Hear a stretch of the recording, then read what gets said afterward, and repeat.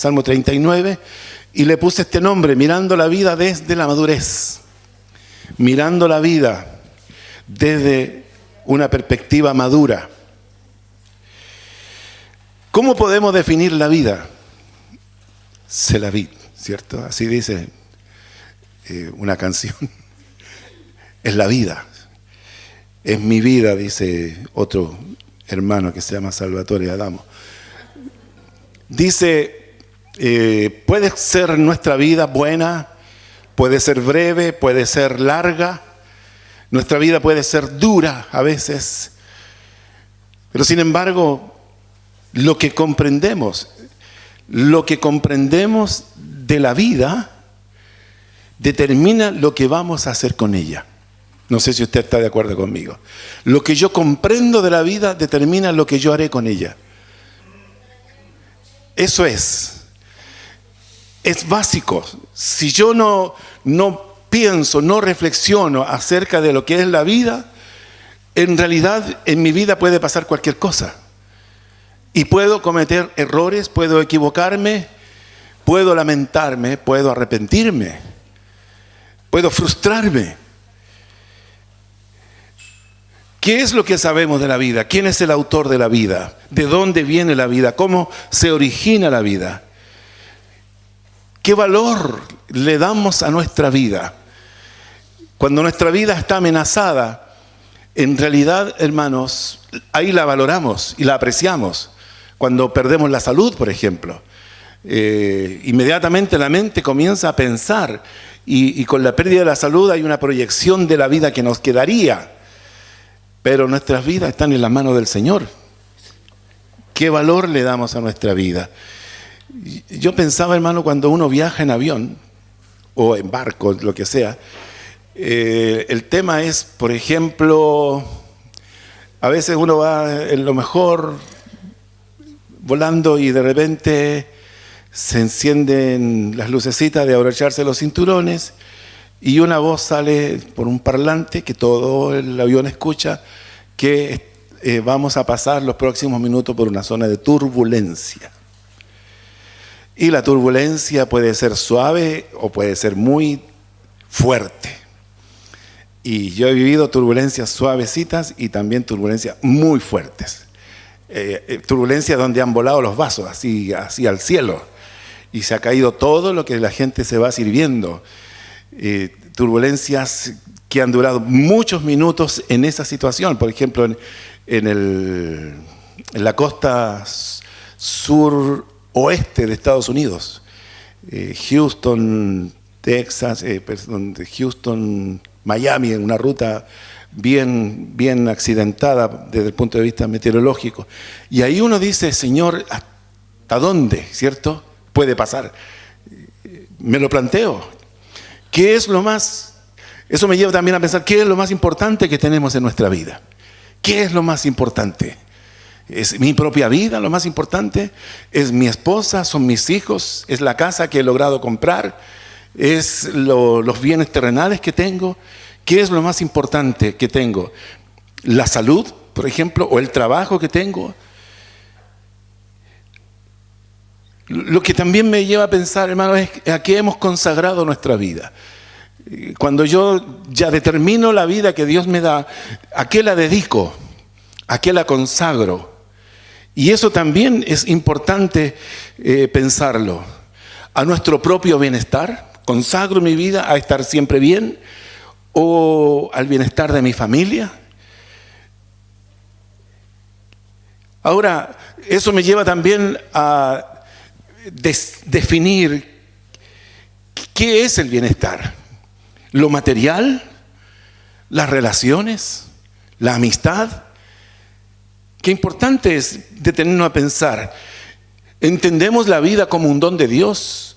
¿O entendemos la vida como un derecho personal? No sé si usted lo ha pensado alguna vez. Hay gente que dice, no, es mi vida, ¿cierto? Es mi vida. Pero ¿es algo que Dios nos ha prestado o es algo que yo tengo derecho a tener? ¿Valoramos nuestra existencia por causa de nuestros deseos personales? ¿O valoramos nuestra existencia por causa de los deseos o las expectativas de los que nos rodean, de los demás? ¿O valoramos nuestra existencia por las expectativas y el plan de Dios para nosotros? Wow, ¿cierto? Porque yo puedo pensar en mis deseos personales, valorar mi existencia en base a mis deseos personales, pero también puedo valorar mi existencia en base a los que me rodean o a los que dependen de mí, a mi familia. Yo necesito estar bien porque mis hijos me necesitan, ¿cierto? Esa es una forma de pensar, pero eso, ¿hasta cuándo durará? ¿No le parece? O si yo, por ejemplo, pensara en que valoro mi existencia por causa de los deseos de Dios, creo con todo mi corazón que Dios también me va a bendecir para poder servir a los que están a mi alrededor. Y también Dios me va a dar la satisfacción personal de sentirme útil en sus manos. ¿Estamos conscientes de la fragilidad de nuestra vida? La fragilidad de nuestra vida. ¿Qué tan vulnerables somos? ¿Estamos conscientes de que la oportunidad de vivir es solo una? Y después de esto la eternidad. Vale la pena pensarlo, ¿cierto? Entendemos la vida nuestra como un proceso. Estuve leyendo un libro muy interesante de un psicólogo que se llama Bernardo Stemateas. Parece que se lo he mencionado anteriormente. Y tiene un libro que se llama Heridas Emocionales. Y él dice, habla de la vida como un viaje que tiene 4 estaciones. Una estación llamada niñez. Luego yo termino ese viaje y debo bajarme y tomar el tren que dice adolescencia. Termina ese viaje y me subo al otro que se llama juventud y adultez. Y después de ese me bajo y me subo al tren de la vejez. Yo todavía no sé en cuál voy, sinceramente. ¿Ah? ¿Verdad, hermano? Juventud. Cada viaje debe ser transitado completamente. Cada viaje de estos. Él dice, Stemateas, dice, cuando nos quedamos demasiado en una etapa, hay gente, por ejemplo, que quiere quedarse en la etapa de la niñez, eternamente niño, y se resiste a cambiar. Hay un problema ahí, ¿cierto? O hay otros que se quieren quedar en la etapa de la adolescencia, eternos adolescentes, 38 años y todavía adolescentes. Sí. Por ejemplo, le escuché a un español decir esto, que uno le exhorta a uno de estos que se quedó pegado, ¿hasta cuándo vas a vivir de tus padres? Tienes 38 años y sigues viviendo de tus padres. Y él le dijo, bueno, algún día eso terminará, yo lo tengo asumido. Y voy a dejar de vivir de mis padres cuando pueda vivir de mis hijos. Oh. ¿Ha conocido gente así? Sí. Cada uno de nosotros vivimos etapas. Y cuando soltamos una etapa porque no la vivimos o la vivimos mal, la mayoría de las veces queda en nuestra historia de vida una herida que necesitamos cicatrizar. ¡Wow! Qué interesante pensar esto. ¿Cuántos niños que tienen que acelerar y olvidarse de su niñez porque tienen que tal vez colaborar con la crianza de sus hermanos menores? ¿Cuántos adolescentes deben cancelar esa etapa porque tienen que asumir labores de trabajo? ¿O cuántos jóvenes y adultos tienen que renunciar a tantas cosas por las expectativas y la presión de otros? ¿Y cuántas personas mayores no asumen su vejez porque quedaron atrapados con heridas en etapas que no terminaron de vivir o que vivieron mal. Ahora, él dice, si tenemos heridas abiertas, carencias en nuestra historia, no podremos seguir creciendo, no podremos madurar, ni podremos proyectarnos. Y esa es la realidad. Este salmo habla acerca de cómo nosotros debemos enfrentar nuestra propia vida. Su tema es ese. La palabra de Dios tiene la virtud de confrontarnos. A veces los mejores discursos no tienen el mismo efecto que lo que dice Dios en su palabra. Nos confronta, nos exhorta, nos hace reflexionar. Matías agrega, lo más importante es que estamos a tiempo de restaurar nuestra vida y nuestra historia. Qué lindo, hermano, es pensar que este día, hoy día es 27 de noviembre, Dios nos trajo a esta iglesia, ¿cierto? Y a escuchar esta palabra para decirnos precisamente esto, es que estamos a tiempo de restaurar nuestra vida y nuestra historia, de sanarla por completo y no dejar que ninguna puerta de dolor quede abierta, sino cerrar todas aquellas que aún nos duelen. Ese conflicto eterno, Dios tiene todo poder para que nosotros sanemos. Matías dice, cuando sea solo una cicatriz, significa que ya dejó de sangrar esa herida.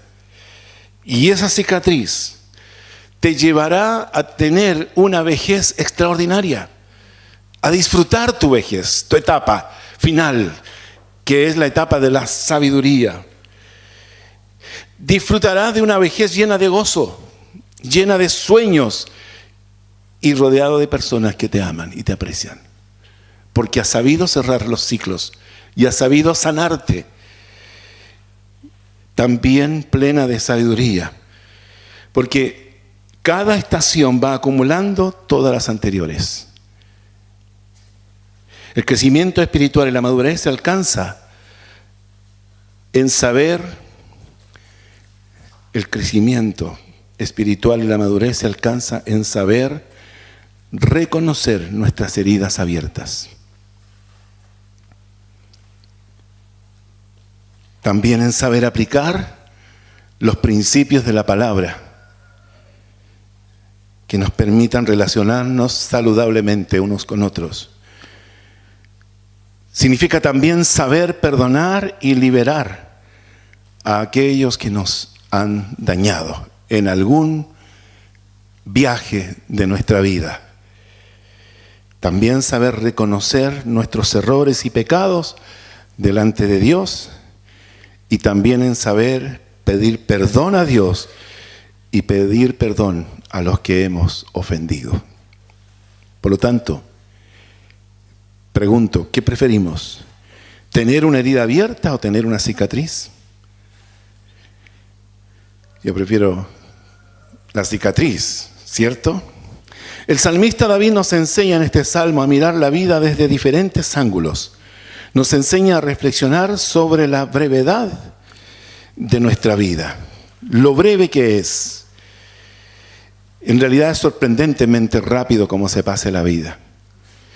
Entonces, mirando la vida desde el silencio como número uno, mirando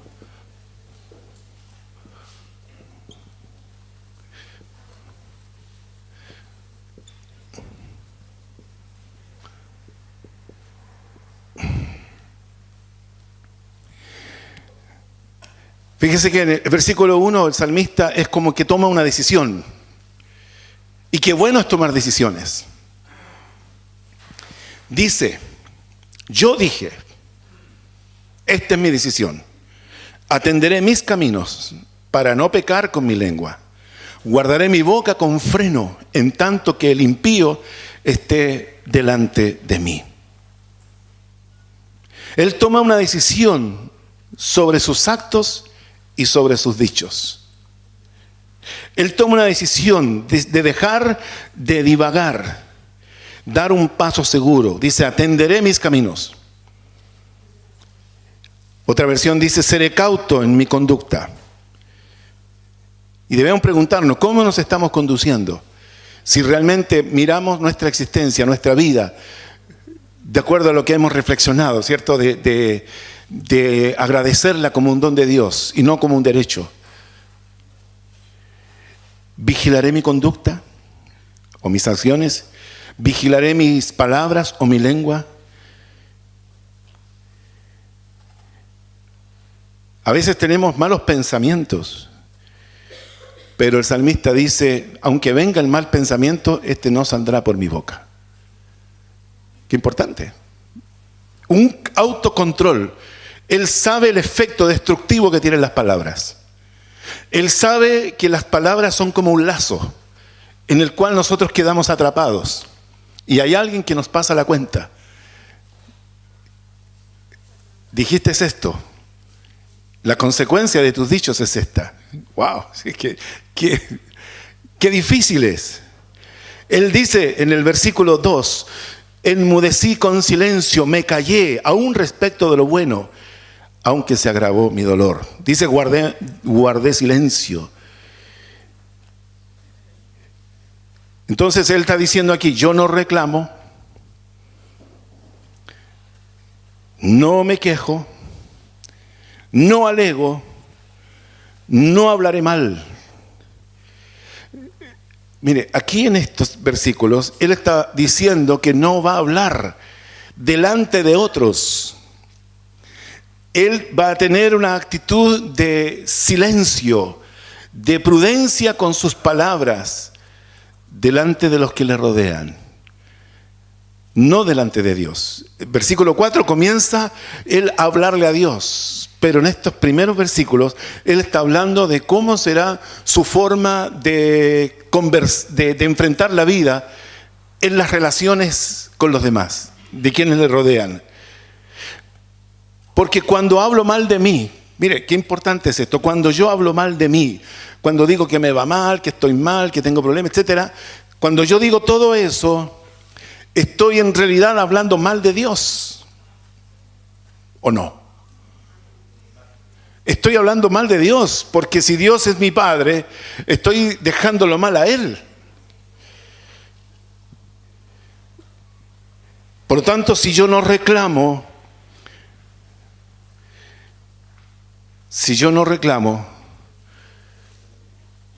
guardaré las espaldas de Dios. Porque cuando reclamo, hago que los demás no crean. ¿No le parece? Cuando yo me quejo, hago que los que me rodean blasfemen. Cuando yo alego, hago que renieguen. Por lo tanto, David dice esto, yo no hablaré mal, me cuidaré, atenderé mis caminos, no pecaré con mi lengua, guardaré mi boca con freno, en tanto que el impío esté delante de mí. ¿Se da cuenta? ¿Cuán responsables somos delante de los que nos rodean? Por lo tanto, enmudecí, con silencio me callé, aún respecto de lo bueno, y se agravó mi dolor. Dice, versículo 3, se enardeció mi corazón dentro de mí, y en mi meditación se encendió fuego. Así proferí con mi lengua. Aunque mi corazón se enardezca, no quedará en mi alma algo de lo cual yo después me arrepentiré. Este autor que yo les cito, él dice, cuando tú estás en esa, donde ya no puedes contener esto de lo que dice así, el versículo 3, se enardeció mi corazón y así proferí con mi lengua. Él dice, haz una cosa, haz un ejercicio, toma un lápiz, toma un papel y saca todo lo que hay en tu alma y lo pones en ese papel. Es como que tú haces un paquete, donde sacas todas tus cositas y haces un paquete con ese papel. En ese papel le pones todo lo que estás sintiendo, no delante de los otros, que sea algo tuyo, porque debemos cuidar el corazón, debemos cuidarnos de la amargura, debemos cuidarnos del resentimiento, no debemos acumular el enojo por mucho tiempo. Por lo tanto, la madurez es callar, madurez es tener dominio propio acerca de lo que decimos, y también madurez es callar para dar la oportunidad a Dios.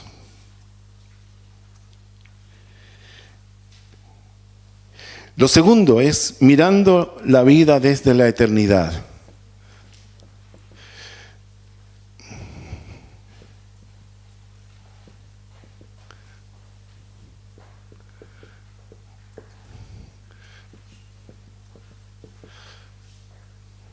Mirando la vida desde la eternidad. Versículo 4 dice: hazme saber, Jehová, mi fin, y cuándo sea y cuánta sea la medida de mis días, sepa cuán frágil soy. Hazme saber, sepa yo cuán frágil soy. Cuando se decide hablar el salmista David, es solamente para hablar con Dios. Y él, al parecer, ya tiene apaciguado los ánimos.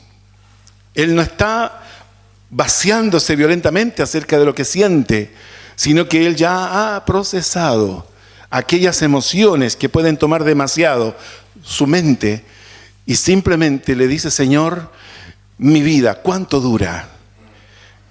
Hazme entenderla, Señor. ¿Cómo será el fin? Cuánta sea la medida de mis días, sepa yo cuán frágil. Ahora lo hace en un tono prudente y sabio. Le pide a Dios que le enseñe sobre la brevedad de la vida. También le pide conocer su fragilidad. Porque en realidad, hermanos, el ser humano es vulnerable. Estamos expuestos a peligros, a enfermedades. El comentarista Matthew Henry dice que para el impío la vida es el fin de todos sus placeres. Sin embargo, para el piadoso, la vida es el fin de todos sus dolores. ¿Cómo lo miramos? Cuando miramos la muerte distante, no nos preparamos y la vivimos así muy light. Pero cuando nos vemos frágiles y vulnerables, entonces ponemos más cuidado en cómo vivimos. Uno ve a veces las noticias, accidentes, por ejemplo, personas que no tenían por qué, sin embargo, ya no están. El versículo 5 dice: aquí diste a mis días término corto, y mi edad es como nada delante de ti. Otra versión habla de un palmo, la medida más pequeña, el ancho de 4 dedos. Ciertamente es completa vanidad todo hombre que vive. Él reconoce que su vida es corta, reconoce que ante la eternidad de Dios es como si nada. Él reconoce que mirándolo así, la vida es vanidad. ¿Cuán vanidosos somos? ¿Cierto? O cuán vanos podemos llegar a ser sin pensar, sin haber considerado este versículo. Ciertamente dice: como una sombra es el hombre, ciertamente en vano se afana, amontona riquezas y no sabe quién las recogerá. Reconoce que la vida es como una sombra que pasa. Reconoce que sus prioridades estaban totalmente alteradas. Se enfocó en vivir la vida en vanidades o en cosas vanas. El autor que yo les cito dice que las crisis que nosotros experimentamos van a quitar de nuestra vida todas las cosas que nos sirven. Wow. ¿Lo había pensado usted? Las crisis tienen la virtud de desvalorizar aquellas cosas que no nos sirven y de valorizar aquellas cosas que nosotros las habíamos subestimado o menospreciado. Por ejemplo, una mente estrecha. Mi mente estrecha piensa solamente en el día, en lo que yo estoy haciendo ahora. Abro mi mente y puedo proyectarla hacia dónde va. ¿Cuánto tiempo tengo? ¿Qué he hecho con ello? ¿En qué he invertido mis fuerzas, mis energías? Las crisis me llevarán a superar los miedos, por ejemplo, a dejarlos donde deben estar. O las derrotas, las tristezas, el rencor, cuando yo me levanto, cuando yo venzo, cuando yo me sobrepongo. Podríamos decir que las crisis son como un aseo espiritual.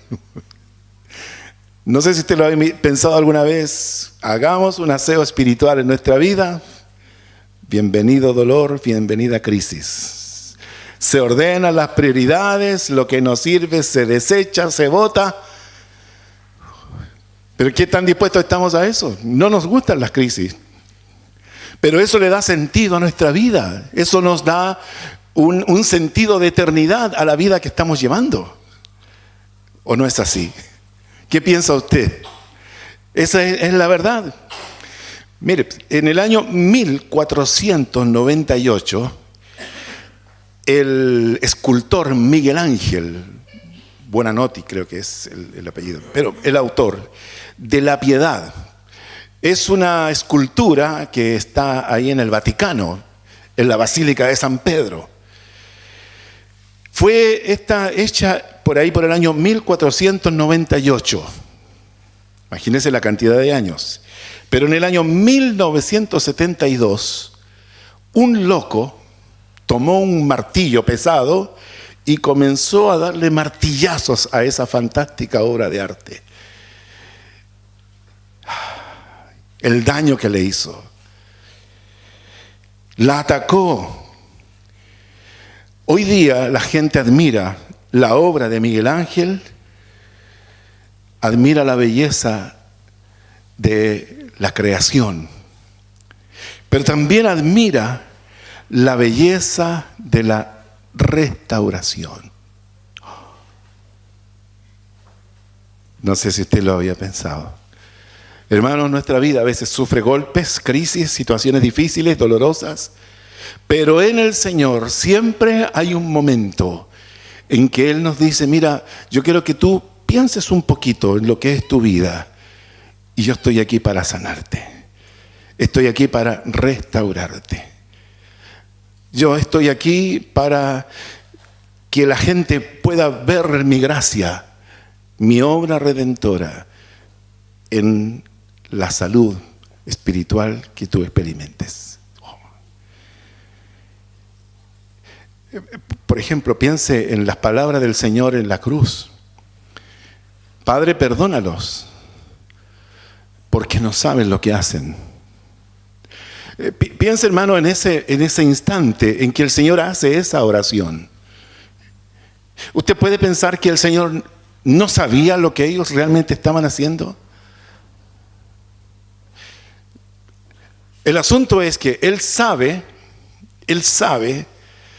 que 3 días más tarde Él se levantaría. Él lo promete. Él lo predice, ¿cierto? Lo dice anticipadamente. Pero cuando está en ese instante diciendo, Padre, perdónalos, es porque Él sabe. En su oración Él está diciendo, no dejaré que nada amargue mi corazón, porque quiero resucitar 3 días más tarde. Si yo contamino mi corazón, me quedaré en la tumba. Y es lo mismo, hermano, entre nosotros. Nuestros viajes en la vida han tenido accidentes, hemos sido abusados, hemos sido golpeados, hemos sufrido, hemos llorado, hemos tenido fracasos, decepciones, frustraciones, todo. Pero yo debo tener tanto cuidado en examinar mi corazón, porque si yo no suelto, si yo no perdono, el día postrero no me levantaré de la tumba. ¿Me entiende? Si yo arrastro estos resentimientos y contamino mi corazón, eso me va a dejar a mí ahí, esperando el juicio final, cuando el Señor me quiere despertar antes para celebrar las bodas del Cordero y después gobernar con Él en el milenio. ¿Se da cuenta de lo importante que es la oración del Señor? Usted, si Él resucitó es porque fue capaz de perdonar. Por lo tanto, si usted no perdona, usted está arriesgando el no resucitar en ese día. Por lo tanto, debemos también perdonar, sanar el corazón, para que puedas también levantarte de la tumba victorioso, así como el Señor lo hizo. Número 3, mirando la vida desde la esperanza.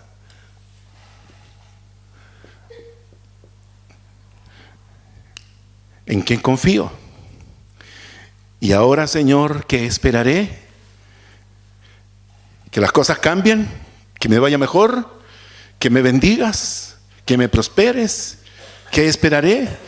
¿Que me pidan perdón? ¿Qué esperaré? ¿Que se reconcilien conmigo?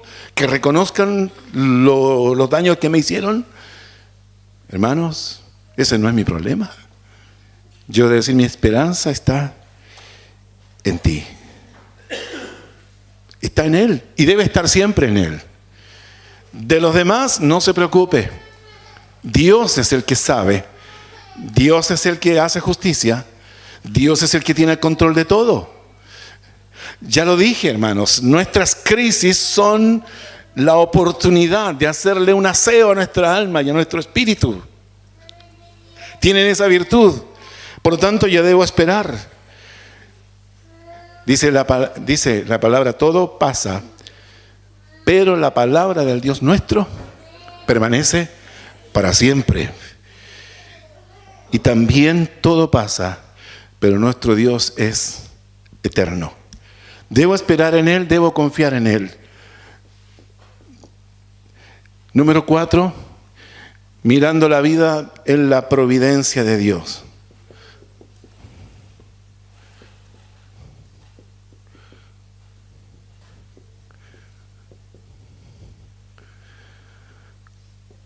Ocho al 11. Los que aman a Dios, todas las cosas. Y sabemos, dice, y sabemos que a los que aman a Dios, todas las cosas le ayudan a bien. No se preocupe, todas las cosas le ayudan a bien. Líbrame de todas mis transgresiones y no me pongas por escarnio del insensato. Aquí David reconoce sus errores y pecados. Hermanos, es posible habernos equivocado. Es posible haber cometido errores. Y también es posible haber sido víctima, haber sido herido. Pero con la ayuda de Dios se pueden mitigar las consecuencias. Es el Señor el que nos puede librar de nuestras transgresiones. Y es el que puede cubrirnos y protegernos del escarnio. Cuando hemos nosotros reconocido nuestros errores, nuestros pecados, es en ese momento cuando tenemos a Dios de nuestro lado. Si yo no reconozco mis errores y mis pecados, por muy herido que esté, tendré a Dios en mi contra. Cuando reconozco mis errores y mis pecados, tengo a Dios de mi lado. Y puedo decirle, Señor, líbrame de mis transgresiones. Líbrame de la cosecha de lo que mal sembré. Líbrame de las consecuencias de mis malas decisiones. Versículo 9 dice, enmudecí, no abrí mi boca porque tú lo hiciste. Cuando decidí callar, significa que entregué todo en tus manos. Cuando decidí ponerle freno a mi boca, a mis labios, a mis palabras, decidí que en ese momento tú eras el soberano para tomar el control de mi presente y de mi futuro. El versículo 10 dice, quita de sobre mí tu plaga, estoy consumido bajo los golpes de tu mano. Nuestras malas obras traen aflicción. El versículo 11 dice, con castigos por el pecado corriges al hombre. La disciplina de Dios siempre es para nuestro propio bien. Pero puedo decirle, hermano, que lo que fue ayer un dolor, hoy día es una cicatriz. Lo que ayer fue una herida abierta, hoy día es una cicatriz. Pero más que eso, es un don. Porque cada sufrimiento que en el Señor yo he podido superar, sanar, es una preparación para ayudar y acoger a aquellos que están experimentando lo mismo que yo pasé algún día.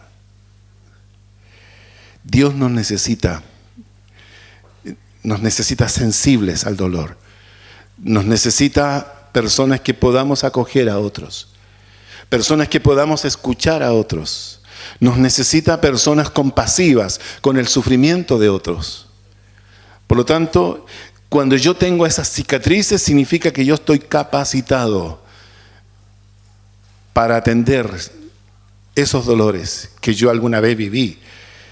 Para mí hoy día son un triunfo, para mí hoy día son una victoria, pero también son un don para servir.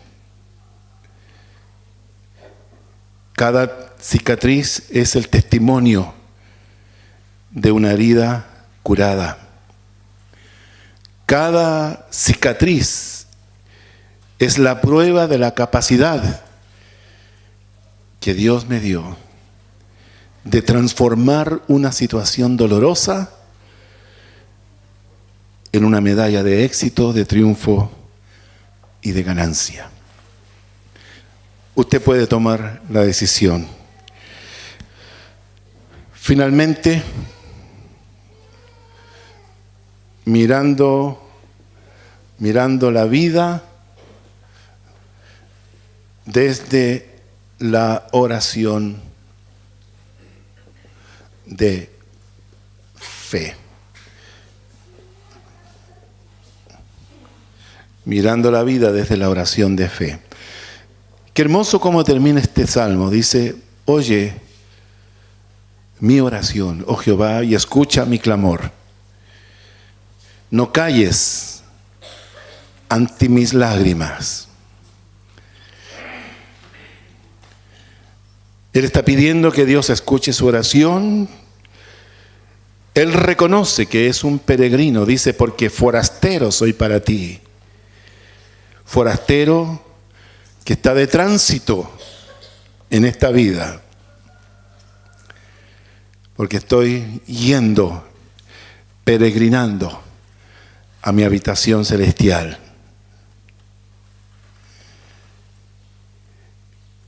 Advenedizo, dice, como todos mis padres. ¿Ha pensado usted en que realmente nosotros somos peregrinos en esta vida?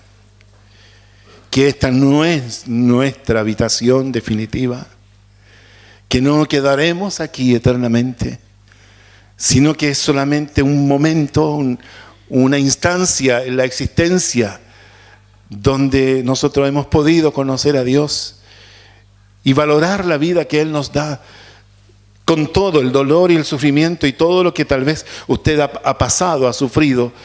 Pero sin embargo, hermanos, al mirarlo desde la perspectiva de la eternidad, podemos decir: gracias, Señor, porque sé que mi vida no es esta. Esta es una parte del trayecto. Y esta vida necesito terminarla bien. Debo sanarme. Porque Dios quiere que otros se sanen a través de la sanidad que yo tenga. Porque Dios quiere también usarme para que Él pueda inspirar a otros a recibir los mismos beneficios que yo he recibido. Él dice: